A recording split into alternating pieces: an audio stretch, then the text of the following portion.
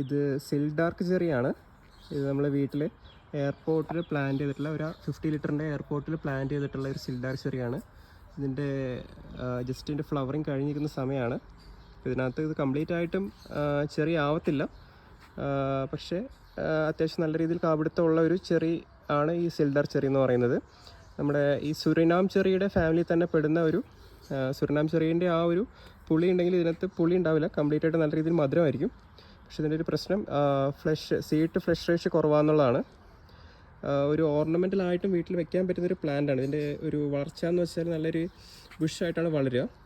പ്രത്യേകിച്ച് പ്രൂണിംഗ് ഒന്നും ഇല്ലാണ്ട് തന്നെ ബുഷായിട്ട് വളരുന്ന ഒരു ചെടിയാണ് ഈ സിൽഡാർക്ക് ചെറി. ഇത് ഫ്രൂട്ടായി കഴിഞ്ഞാൽ കാണാൻ നല്ല ഭംഗിയാണ്. ഇതിൻ്റെ ഫസ്റ്റ് സ്റ്റേജ് ഗ്രീൻ ആയിരിക്കും, പിന്നെ യെല്ലോ ആവും, പിന്നെ ഓറഞ്ച് ആവും, പിന്നെ റെഡ് ആവും. അപ്പോൾ നമ്മൾ LED ഒക്കെ വെച്ച പോലെ ഉണ്ടാവും ഇത് വൺസ് ഫ്രൂട്ടിങ് ആയി കഴിഞ്ഞാൽ.